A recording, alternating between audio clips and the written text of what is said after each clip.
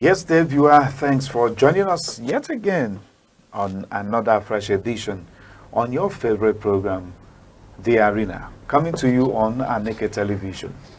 My name is Chris Anibuogo. Thanking you for having joined us today. Yes, of course, as you know, that this is the platform where we meet to take on burning topical issues and matters facing us as a people in society.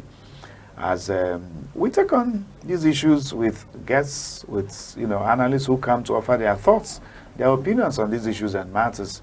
Well, we also look forward to profiling solutions so as to engender a better society for every one of us. So you're welcome on board the discussion. Today, we will be beaming our searchlight a bit away from politics. We want to look at the recent bill, okay, on defilement of minors. I don't know how much you know about that. Yes, of course. A recent bill on defilement of minors that, is coming from the National Assembly. So we want to look at it, issues and matters. Let's know what it has come to do. Let's know the implications, the position of the law, and what is going to serve for us as a people. So that's it today on the matter.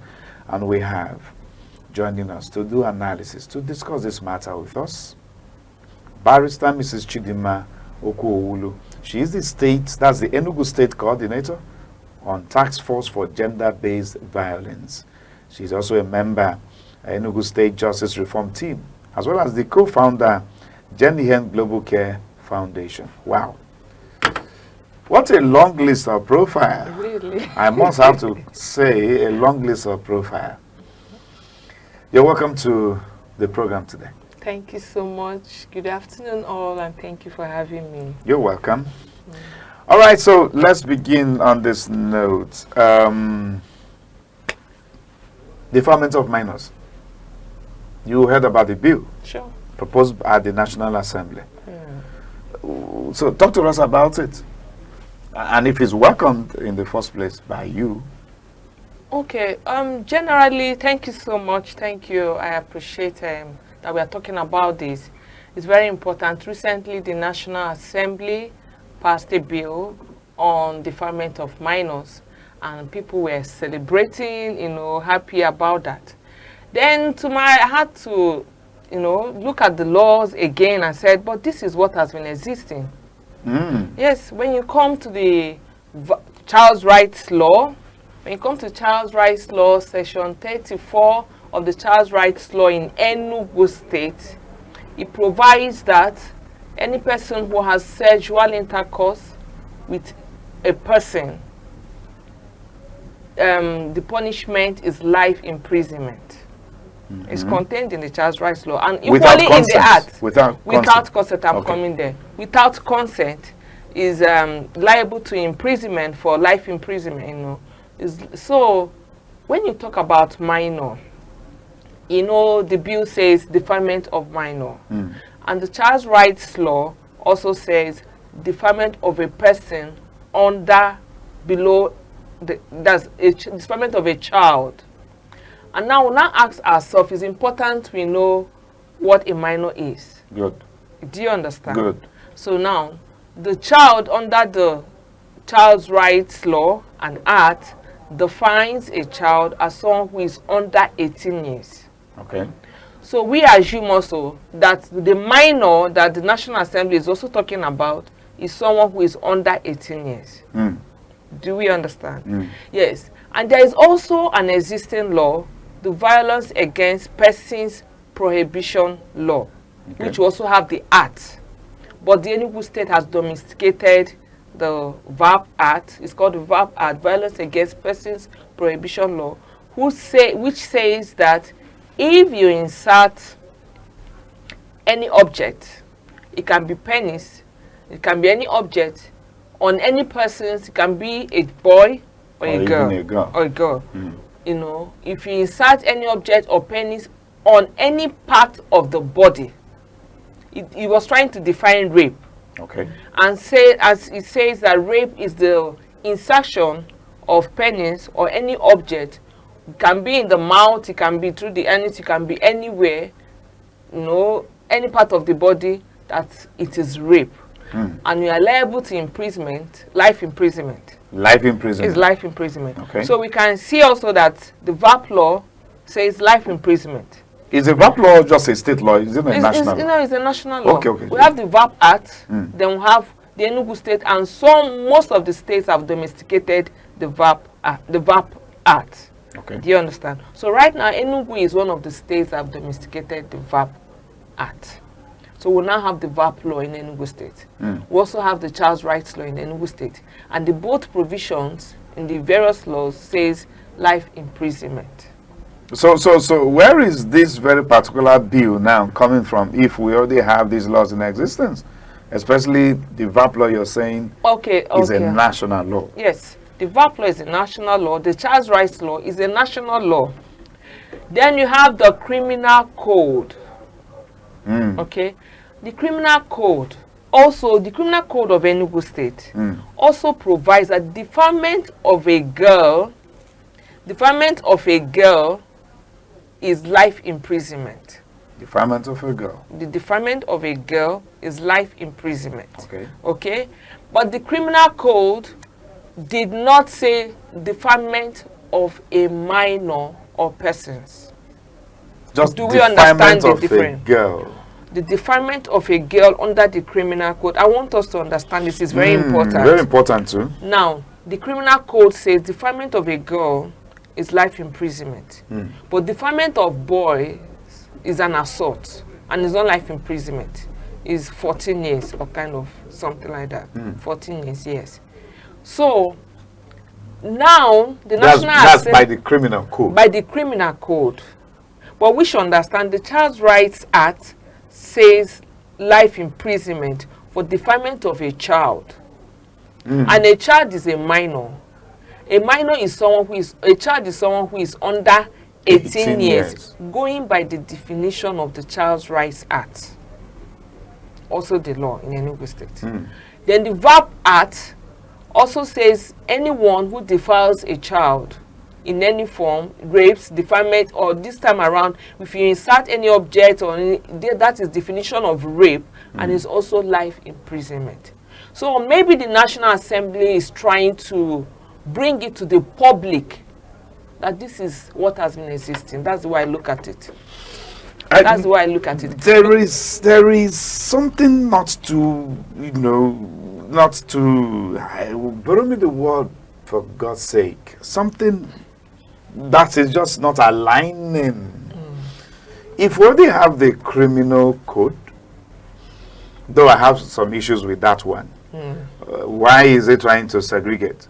Why is it laying more emphasis on the girl child? Can I answer that? And then the boy child, the abuse, is saying 14 years imprisonment. Maybe that is what the National Assembly is trying to fix.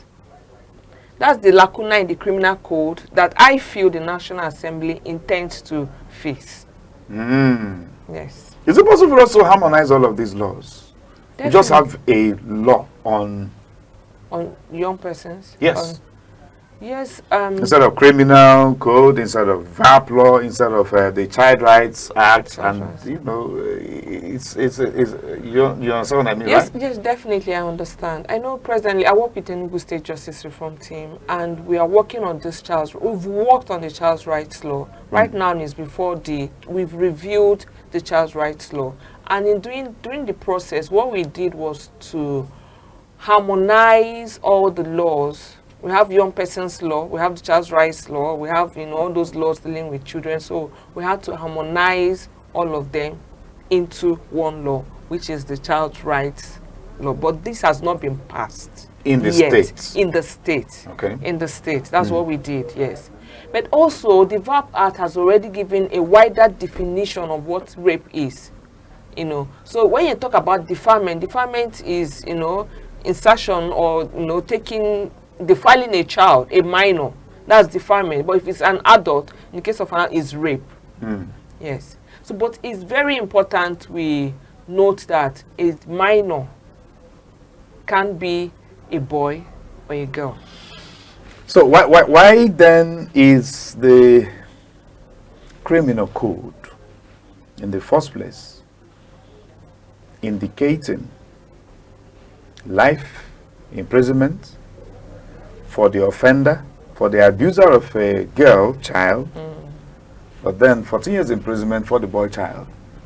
Why do you think that happened in the first place? In the first place, usually we believe that girls and women are more vulnerable. Do you understand? Well, listen. It's recently that we start considering. Initially, before, you used to hear rights of women and girls, without considering the boys and the men who are going through a lot. Like I've seen cases of men who come to complain that their wife beats them. Hold on, sorry. Well, it's not a new thing. Apologies, I don't know where that laughter came. Men who come complaining that their wives beats them up? There are men who have been abused by their wives. Oh. Sure. There are also young boys who have been abused. Maybe by their fellow boys or by their girls. Boys can equally be raped. But then we will never consider that a boy can be raped. But these days, boy can be raped. By a fellow man? By a fellow man. By girls too. What I'm trying to say now is the act of rape. There must be the act of penetration. Okay, that was the formal definition. Okay, the formal definition. We need us to understand this things clearly. Yes, it's very important to understand it. Good. Now, formal definition of rape under the criminal code. Right now, under Enugu State Criminal Code, right now, the Enugu State, the criminal code that we are using now, has not amended the definition of rape. It is actually difficult to prove the case of rape in court because you have to prove that it was upon that the person actually penetrated the vagina. You understand? But in this case now, the beautiful law, I love that law, VAP law. Okay. I call it a savior. It has come to say that it is not only upon penetration, rather, when you insert any object, it can be your penis into the mouth of the child, of the minor. Okay. Yes, or anybody. Then when you insert that object, it can be a penis, can be anywhere on any part of the body without the consent of the individual, is rape. In the first place, can a child even have consent? Okay, thank you very much for that. The Child Rights Law also provides that a child is someone who is under 18 years. Yes. That's one. We have to understand that. Then two, it is not important whether the child gave consent or not, because a child cannot give consent. I mean, that's what makes the person a child. A child cannot give consent. So it's not an excuse for you to say that this child, probably, let's use for example, a girl who is 16 years. You know how children mature these days. Especially in this generation. I'm telling you, if you see my son is taller than me and he looks, but he's just 13. Imagine. And people wonder, So when you see girls, so some look so mature, like look 18, look 20, look 22. It's not an excuse under the law for you to say that I thought she's above age, that she's an adult. It's not an excuse under the law. So anyone who is under 18 years cannot give consent. So you cannot come to the law court and say that, I'm sorry, she gave me consent. That will not be, it will not exonerate you because a child cannot give consent. Yeah. Good to know. So, do you think that the members of the National Assembly were being intentional? Sure. When they said, okay, we're going to pass this into law, defilement of minor will now attract the fine, the sanction, the punishment of life imprisonment. Do you think they were being intentional? Sure, very intentional, because when we look at what is happening, let me use Enugu State for example, where I live in. Recently we had a case of a man who defiled a girl of 5 years and 2 years at the same time. Sure. We just arraigned recently, last week. The case, the man has been charged to court. Then you also have cases, it's everywhere. You have pedophiles everywhere, defiling children. You have fathers sleeping with their daughters. You have brothers sleeping with the sister. this is rampant. This is alarming. I mean, I don't know what is happening, and that is why the state is crying. His Excellency, Dr. Peter Ndubuisi, is very intentional about this, and that was why he went ahead to set up a steering committee in the state to go round. The beautiful thing about it, we were asked, I was part of the committee that went round the 17 local governments to have a public hearing, whereby we interact with the citizens to know what the problem is. We met several heartbreaking cases whereby children are betrothed. Of course, you know, when I mean children, someone who is under 18 years. So some children, maybe like 7, 10, you know, are betrothed to a man who is above 60, 55 and all that, you know. Then you have cases of children getting pregnant. Pregnant cases, you know, everywhere. Like, defilement is everywhere. It's alarming now. So this, recently also, after the public hearing, he had to set up a task force to work on this GBV, gender-based violence. You know, so that is why the wife of the governor is out. Everybody is intentional about this. The Commissioner for Children Gender Affairs, everybody is out. There is a committee set up to work on this and to put an end to this gender-based violence. So I believe the National Assembly, they were being intentional because of the rate of defilement in the country. Do you understand? So they had to come out to announce, okay, even if you don't know, hear it now, that defilement of minors is life imprisonment. So I will take it as emphasis. I don't know if you understand. That they are bringing it to the notice of those who are not aware, because most people were actually celebrating this. So I had to like ask, I had to even go back to the law to say, well, am I not correct with, you know? So I had to go back to Child Rights Law, to the VAP Act, and all of them says life imprisonment. So except the Criminal Act or the Criminal Code will now be amended. Maybe this bill, as you pointed out, has come this is a bill, you know, to correct that lacuna. Yes, so it has come to correct the lacuna, and I'm sure there will be lots of amendments, states amending their criminal code and all that. Okay, maybe part of the reason why I came up with the question: do you think the National Assembly has been intentional over this bill proposal? Because permit me now, we understand that some of these politicians, especially from the northern part of the country, as a result of their cultural background, religious affiliation, they tend to go into child marriage. Sure. We've seen where, I think a particular senator in Nigeria, who was once a former governor of one of the northern states, actually married a 13-year-old girl. And it was publicly celebrated. We have a good number of them. Sure. So now that this bill is coming from them, so the question is, are we targeting the low of the lows in the society? Because all fingers are said to be equal, but some are more equal than the others. Do you get the point? Sure. I hope the law is not targeting the lower of the low, the have-nots, the poor, and then maybe, just maybe, the rich amongst us. You know, they say the law is, I don't know if the law is meant for a society or society for the law now. So do you understand my point? I understand. So how do we marry these two? Is it an irony? Okay, thank you so much. Nobody is above the law. The law is for everybody. That's one.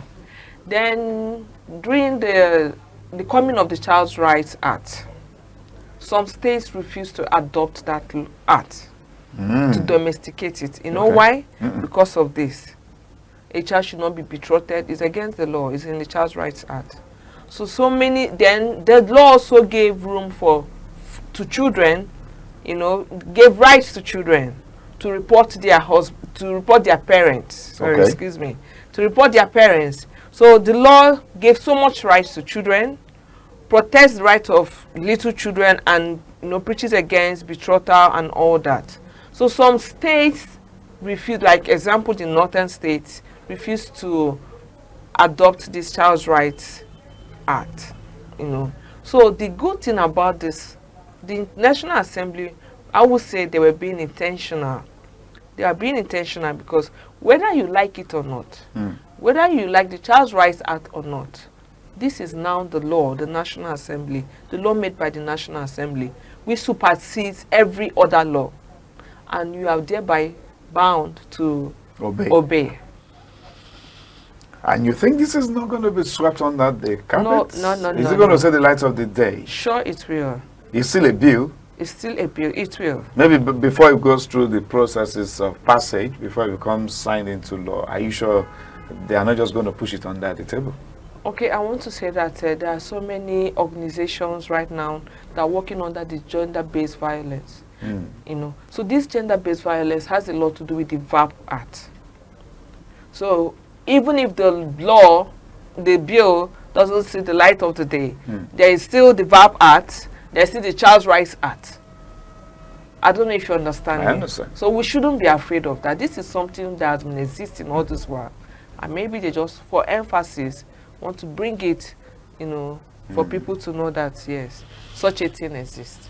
All right, now let's go to some other very critical, you know, aspects of the discussion. What on earth is going to make a man, a full-grown man, you know, want to defile a minor? Is it attraction? Because I still don't get it.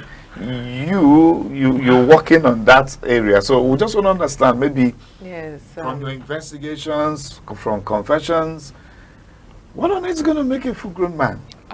It's really crazy. It's really crazy. Like, you know, you see fathers sleeping with their daughters. Of course, they're called pedophiles. And with my little understanding, pedophile, I feel, is a sickness. It's a mental illness. Oh. Sure it is.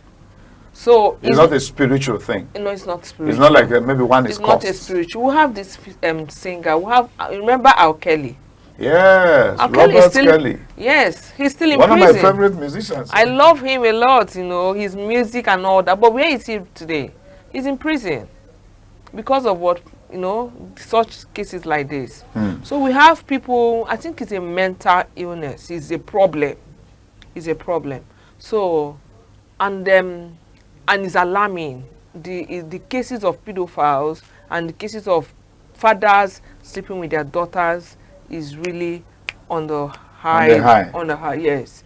So we have to, that is the work of the state, one, the religious leaders, the CSOs, the government, you know, to start emphasizing, just like the National Assembly has come out to say, defilement of a minor is life imprisonment. So anyone who hears it, defilement of a minor is life imprisonment. The person, the pedophile, will also respect himself and, you know, avoid sleeping with his daughter. I don't know what actually happens to it. Of course, it's not attraction. We cannot say it's attraction. Because what's on net will make blood, you know, the same blood, your same blood. But I've had cases of someone, yes, someone who defiled his own daughter. I think there's a current case in the state is currently handling. Yes. Yeah, I think the news broke out last week. Last week. A man who actually defiled his two daughters. Yes, 5 years and 2 years. We also have such cases, so many of them at Ebonyi State, you know, fathers sleeping with their daughters.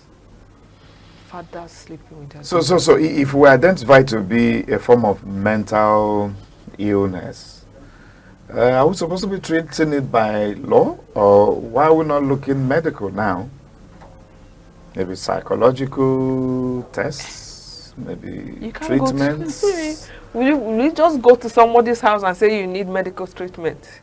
No. So what are we going to do about it? Yes, if the person is aware that if I do this and I'm caught, I'll go to life. I'll go to prison for life.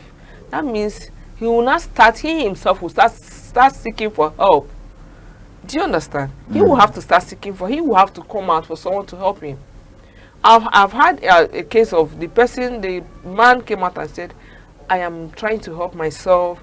I am praying so hard. I've met my pastor. My pastor is joining me in prayers. So he is aware that he has a problem. You know, I don't think it's a spiritual thing. I don't know what it is. I'm trying to come to terms with these things anyway. They are always aware that they have a problem, but how to come out of that problem is is something else. Maybe there's a force. Mm. I don't know. I think I'm going to suggest it to our producer on Aneke TV. It should be maybe a topic on one of our favorite program, Mysteries of Life. I don't know, because maybe there could be some spiritual forces behind this thing. We can call the health experts, you know, then call the spiritual... Maybe experts on the psychiatric... Yes, so that they can explain that, because... and you think it's what we are going to be able to fight with the law? Do you think we are going to be able to fight it with the law? Definitely. The problem in this country we've come to realize is not the absence of laws, but then the lack of implementation.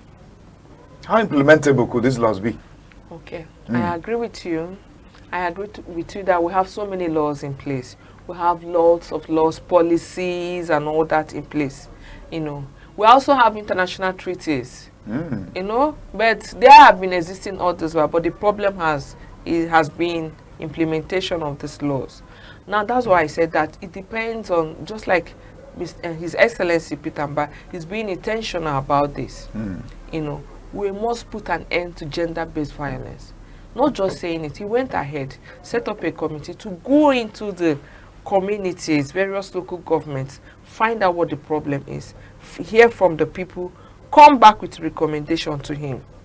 With the recommendation, he now formed the task force that is going to, you know, the wife of the governor is there, the Commissioner for Gender Affairs, and other CSOs, religious leaders. Right now, there's a workshop going on for religious leaders. I just came out from there on this. Okay. So it's important that the religious leaders start talking about it in the church, because they know all this, you know. And another thing is that the wives of these men, they know about this. But that the man who want, just like this case that happened last week, the man wants the woman never to talk about it. Sure. If you dare say anything, I'm going to kill you. And she's the mother of the children. She's the mother of the children. You know. And also another thing that makes women not to voice out is also, I don't want to end my marriage. I don't want my marriage to end.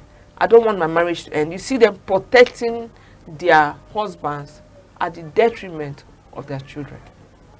Can we speak to silence as a contributory factor? It's a major one. Silence. Yes. Society at large now. You just mentioned the religious leaders. So religion could be... It's a major factor. A major factor. It's a major factor. Because I know that cases equally abound of religious leaders. Let me not be particular. Religious leaders who actually indulge in these acts. Sure. We've seen cases. We are journalists, so we see the reports. How do you think that society has actually aided this practice through the act of silence? Okay. Thank you so much. That's a very important question, because culture and tradition has a lot to do with this. You know, women are subjected under women. They always say, "Why are they?" A woman is not supposed to be heard but seen. Do you understand that? So when you see anything, you don't talk. When you hear, just don't talk, you know. So you're supposed to be submissive. I thought that was then, in the days of our forefathers. It's still existing. Now? Sure. Now that you women don't even allow us to talk as men anymore. I just said that last week. The woman was, you know, had to confess that the husband wanted her never to talk. And she has been seeing this happen. Maybe that woman is not of this generation. No, but that really, must be of the older generation. Because these days, men hardly talk before women. Yeah, you know what I mean? No, but there are still women that grew up, you know, with that tradition, with that training of, you're not supposed to talk, you're not supposed to voice out, you're not supposed to say anything. The man is the head of the house. That's one of the, I said culture and tradition, so that we can. Then two, the economy, you know, the woman is not doing anything. She's not bringing anything to the table. Now, if there are cases of when you arrest the man, the woman will ask to, please, will my husband go to prison? Do you understand? She will ask to, please, because unaga tu di munga, you know. So unaga tu di anga, you will not. She wants to answer yes. You will not see that woman again. She will run away. the one that reported, my husband defied my daughter, and she will just ask you, are you going to imprison my husband? And once you say yes, you call her from now till tomorrow, you will not get on phone. You know why? She's not doing anything. She's thinking of, now if you arrest my husband, what will be the fate of my children? Are we going to starve to death? So we also need to empower women. So women, once you have something doing, you can voice out. We'll come to what we need to do now as society to be able to overcome this, hydra-headed monster that is actually, it's really a monster. I tell you, that's actually about to swallow the rest of us, because this will have its grave implications in the lives of these victims. So there, viewer, we're not done yet. We'll return. We'll look at one or two other issues on this matter. We just want to go on this short break. Stay with us.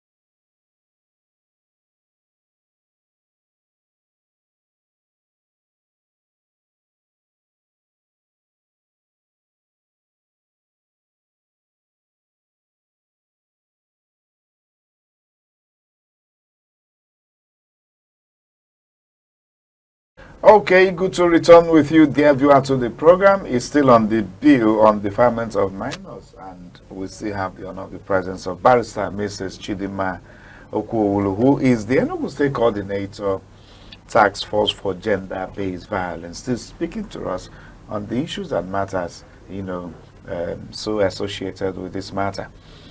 Now, the worry of silence. Let's look at stigmatization on the victims by society, by family, so to say. Let's begin from family. Is it a problem? It's a serious problem, and that has contributed a lot to the increase of this crime. Do you understand? For example, when you come to a case where a child is defiled, and you go to the police station, do you understand? The police arrest the perpetrator of this crime. At getting to the police station, the police will tell you, this is family matter. You better settle, go and settle. I don't know if you understand that kind of thing. The police that is supposed to be the law enforcer. The police that is supposed to be law enforcers are also, permitting and allowing people to settle out of court, go and resolve this thing on you. That this is your image and all that, something like that. You're trying to protect your family, trying to protect your image, and the crime is increasing every day. And of course, they will go back and the perpetrator will do it again and again. So we have to understand that defilement is not a crime against that individual. It's a crime against the state. Rape is a crime against the state. These are criminal offenses, and that's why I love VAP law. There are so many crimes that people commit not knowing that this is really a crime. It's no longer when it's just like battering your wife. You think it's no longer family matter. This is, yes, under the VAP law, is crime. The consequences, imprisonment of charges against you for beating your wife, for not providing for your children. Yes. And a whole lot. We talk about VAP law is something we'll talk about. We'll just maybe that's going to be a topic for a thing. It's very important to... The point you just made now, you said for not providing for the not children. Providing for your is children a crime? Is a crime against the state. It's under the VAP law. What if it's not the man's fault? We're talking, the court is a The man has been making efforts to make ends meet, but then for neglecting, the ends have refused to meet. So how? No, definitely the court will consider that. But when you have the means to take care of your children and then and you your refuse, wife, and you refuse to take care of them on the grounds of refusal. Exactly. You have cases of men who just pack their things and abandon. I have a case, someone reported to me last week. The husband just woke up, packed his things, and left the house for over 3 months now. He has not even said hello, how you doing? And she has 4 or 5 children. You know? So these are crimes. So we must not neglect all this. It's important we start voicing out. Stop protecting that image. You want to protect your husband. What of your children? What of the psychological trauma that child is going through? You want to just destroy your child because you want to protect the image of your husband or the image of the family. I mean, let's talk about it. What is new that we years have not had in this life? I don't know if you understand. Are you the first? Are you going to be the last? I don't know if you understand. Yeah, so we need to start voicing out. If the person can bring down himself and go ahead to defile his daughter, that person does not deserve mercy. The person doesn't deserve mercy. Seriously. Okay. Where is that point again? I think I'm losing touch because the whole thing, we're talking about the whole thing is gotten into the me. Image of the family. Yeah, we've seen all of that. The stigma part of it, the silence. But then again, I am worried and concerned. The effects of the acts on the victim. Looking at the minor, we're talking about children here now. Maybe a child of 2 years, 3 years, 4, 5 years, defiled. And she or he is going to live the rest of the life. So what will be the likely effect of that act on the child's life? We need to understand that the victims always turn out, in most cases, turn around to be perpetrators of that crime. Are you serious? Yes. When you see a child who was sexually abused at the tender age, okay, let me give you an example. I had my neighbor, came to me and told me that their cousin, a child of 7 years, came to their house.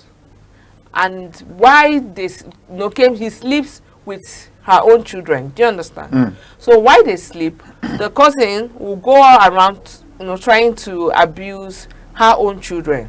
So the children ran to her to complain. They separated the boy and told the boy, okay, you now be sleeping in the parlor. Why the other kids will sleep upstairs? But this little boy will climb up upstairs in the night to go and start touching their pennies and touching their parts of the body. Are you serious? Sure, this is life story. I saw the boy myself. This is not and this is a young boy. This is a young boy of 7, 8 years, between 7 to 8 years. Now this continued. They had to call their pastor. They even had to flog this boy. Will you stop doing this? Will you, the boy had to confess that he cannot stop it. He's already addicted to it. At the age of 4, 5 years, their neighbor, they live at Aba. They used to live at Aba. Their uncle, one of these uncles, neighbors and all that, was touching his pennies and, using him and all that, putting his pennies in his mouth and things like that. So you can imagine a child of 4, 5 years going up. He's now 7 to 8 years and is addicted to this. So he cannot stop it, because if he sees any boy around or any child around, he becomes the perpetrator of the crime. And he's going to grow up with that. Can you see the serious effect it has on children? Now, come to girls too.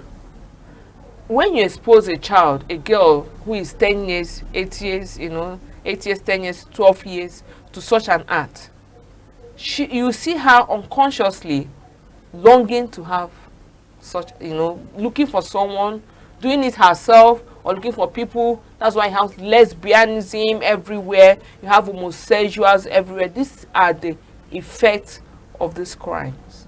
They don't just start it. This was done maybe by their house help, by their caregivers, those who take care of them, by their teachers. We have cases of teachers. This is a female teacher that sexually abused a young girl of 4 years. A young girl? Yes, a female teacher. Did you hear me? I said female teacher abused a young girl. So that female teacher was sexually abused at a young age, turned around to become perpetrators.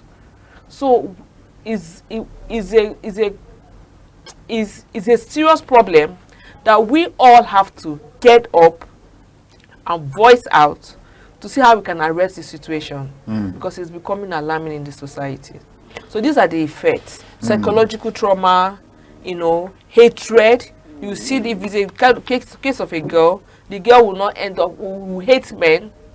There are such instances. There's instances where everything about men will, she's going to hate the man, hate everything about men. Then you also see a boy who will start, he's on his own. Do you understand? He doesn't want to associate with any. These are side effects of these crimes. What will society do? Because right now, you just told us now that a part of the VAP law is criminalizing the inability of a man not to fend for the family, take care of the children. So in the quest to meeting up with pressures, with demands, okay, parents now get themselves into a whole lot of economic activities. Sure. The man leaves the house very early in the morning. He's coming back late at night. The wife is supposed to be at home, rendering care to the children, equally takes to her own economic activities. She leaves the house early, and at the end of the day, the kids are left at the mercy of maybe neighbors, family members who may be living with them, or maybe even these days. Do you see what happened with our school system? The children go to school early in the morning. The school closes. The parents pay extra for the kids to be kept back in school for extramural classes. So they are made to stay late evening, so that when the parents will be coming home, then the kids will equally return. So at the end of the day, the children are left to the mercy of strangers. Are we ever going to overcome this as a society? Do you see an end to this in any way? Yes, we understand that these days life is very difficult. Very, very difficult. And the man cannot only provide for the family. The woman has to also so she has to, very important. But we also have to prioritize the family. Family is very important. Our kids are also very important. Very important. So I'm not saying the lady shouldn't work, but maybe kind of do a work of 9 to 4. Do you understand? So that you can actually, if they're staying for lesson, you would go pick them and then stay with them at home. You're not talking to career women now. A lot of women now in this generation are career women. I'm coming to that. Hey, tell them to go and pick up a job like a teaching job. They tell you, how much are the teachers being paid? Exactly. It's the economy. It's really affecting every aspect of life. But we have to really find a way around it. We have to find a way around it. So the kids are very important. Now I've said looking for how to balance it. We must have to learn how to balance. Then 2, you have to educate your children. You have to be close to your children. They should be able to come to you, Daddy, look at what happened to me today. Mommy, look at what happened to me today. Do you understand? You have to teach them. I have a lot to do with kids. I run a foundation, protect the rights of children. I talk to them always. Is that the Jenny Hen Global Care? Yes, Jenny Hen Global Care Foundation. Whereby I teach them a lot. See, the good touch and the bad touch. Okay. Show me the good touch. They will tell you the good touch. Touch my eyes, my ears, my nose. I don't know if you understand. Should someone touch your mouth? No. Some parts of the body are bad touch. So if somebody attempts to touch any part of the body, the child should be able to run to the teacher to report, or come to the parent, mommy, this person touched me here, because the child, you've already educated the child knows that this is bad touch and this is good touch. Do you understand? Yes, that's another one. Then you have to be friendly. Bring your children close to you, gist with them, bring out time. We understand that you are working hard for them. Say, oh, I don't know if you understand, but you need to. It's important to bring them close, because kids these days are smarter than us. Kids these days, and the thing that is not helping is the phone. You know, sometimes you train your child, he goes outside, the people he relates with, then this phone, what they see also. So we have to be able to control all this. Yeah. Oh, well, unfortunately, time will always not want to be the best of our friend on this show, but we'll keep managing time. I wouldn't know. For the family of a victim, for that policeman who is supposed to prosecute such cases and have decided to do otherwise, maybe for the family, fear of stigmatization, now decides to adopt the option of silence. For the policeman who is supposed to prosecute such cases, decide to say, okay, bail yourself, go and settle out of please. Shouldn't this law being proposed equally be considering what should be done to such persons? I think that's another lacuna in the law if it's not going to cover. The victims? Yes, not the victims. The family of the victim that decides to be silent over fear of stigmatization. Yeah, sure. For the policeman who is supposed to prosecute such a case, that decides to give the room for the perpetrator to bail himself, bail herself, and go and settle out of the law. Shouldn't the law equally be covering what should be done to such persons? That's aiding and abetting. But not speaking out. Yes, but not speaking out. The law, there's provision on, there's punishment under the law for you not, when you see such crimes and you don't speak out, that's, you are aiding the crime. Sure, there's a punishment for that. Is the law also covering that? The law covers that. The law covers that. I felt the law was silent on that. No, the law covers that. Yes, the law covers that. Yes, the law covers that. Especially police officers that will say, go and settle out of court. Or, okay, I think the problem, we need to start solving this. Right. One is that sensitization is very important. We need to sensitize the police on the consequences of their actions, because they don't even know. Sometimes some of them don't. You know, that aiding and abetting is a crime, and there's punishment for that. And ignorance of such laws? It's not an excuse. It's not an excuse. Then you go to the woman who is covering because of stigmatization, you want to protect your husband. There's also punishment for that. Yes. Then you go to the churches, because I was in the church one day, and the parish priest came out to say that a little girl rushed to him and reported that her brothers has been sleeping with her, that this particular brother has slept with all of them. But the little girl started begging the priest, please don't tell my mother. My mother is aware of this crime. If she hears that I told you, she's going to kill me. So then probably the woman has threatened the little girl never to say things like that. So we need to go to the communities. We need to move to the communities, go to the local areas, go to the grassroots, sensitize, on this VAP law, on the implication of this. In case you are found hiding this or not voicing out, you also be implicated. You will go to prison for it. Congratulations for emerging as the state coordinator for the task force for gender-based violence. Thank you. Have you started working? Yes. You've started? Yes. And I hope you're performing. By God's grace, sure. The next time we're going to have you on this show, we're going to do assessment. Yes. Of your mandate. Yes. Because this is where we're going to draw. Yes, it's a team, and we have a wonderful team, and are willing and committed to this. The government, the good thing is that government His Excellency is very intentional and committed to this. The Honorable Commissioner, everybody, you know, we're on our toes to bring zero tolerance to gender-based violence in Enugu State. So that's certainly a good place to lead the discussion today. The next time we'll have you, it will be an insight into, an inquiry into what you've done so far. Okay.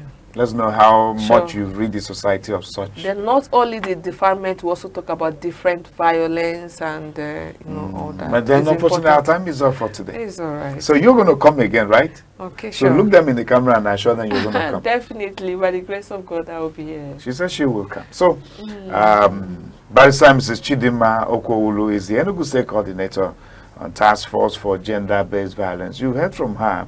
She's spoken quite a whole lot about this matter. You, the pedophile, you that is fond of defiling children, take it from us, especially from her. Ignorance of the law is not an excuse. It's going to catch up with you. Protect the children. They are our future. My name is Chris Anibogo.